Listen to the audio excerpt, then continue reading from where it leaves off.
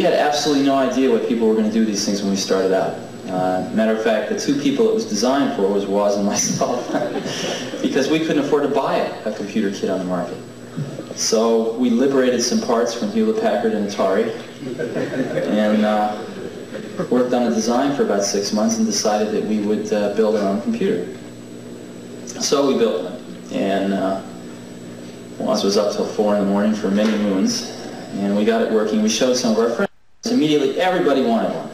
And it turned out that it took about 40 hours to build one of these things and about another 20, 30, 40 to debug it. And we had a lot of friends that worked at similar companies who could liberate the parts also. And we found ourselves spending every spare moment of our time helping our friends to build computers. And it was just getting to be a tremendous drain on our lives. So we got the idea one day that we could make a printed circuit board without the parts in it, sell these blank printed circuit boards to our friends and probably cut the assembly and debug time down to, 5-10 hours.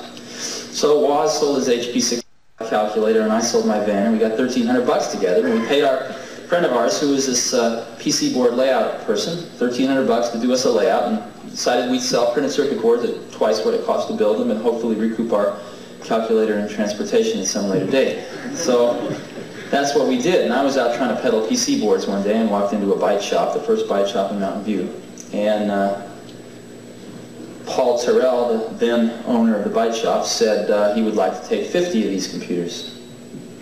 And I saw dollar signs in front of my eyes. But he had one catch, which was that he wanted them fully assembled and tested, ready to go, which is a new twist. So we spent the next 5 days on the phone to distributors and convinced the electronics parts distributors around here to give us about $10,000 worth of parts on thin air, just on enthusiasm. So we got the parts and we built 100 computers and we sold 50 of them for cash, and in 29 days paid off the distributors. And that's how we got started. So we had 50 computers left over.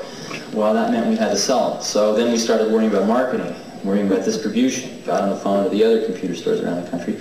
And gradually the whole thing began to build momentum. And at that point in time, we had some feeling that we were onto something. But the feeling is so different than the experience of actually seeing it happen right now. It's entirely different. And sometimes a lot of people ask, well, did you know it was going to mushroom into this phenomenon? And you could say, yeah, we planned it out. We had lead on a piece of paper. But it's different than the experience of seeing 500 people working at Apple Computers. It's very different than the experience of seeing a 5-year-old kid who really understands the tool that he's got in front of him. You have to have a lot of passion for what you're doing, and it's totally true. And the reason is because it's so hard that if you don't, any rational person would give up. It's really hard, and you have to do it over a sustained period of time. So if you don't love it, if you're not having fun doing it and you don't really love it, you're going to give up. And that's what happens to most people, actually. If you really look at the ones that ended up being successful, unquote, in the eyes of society and the ones that didn't, oftentimes it's the ones that are successful loved what they did so they could persevere when it got really tough.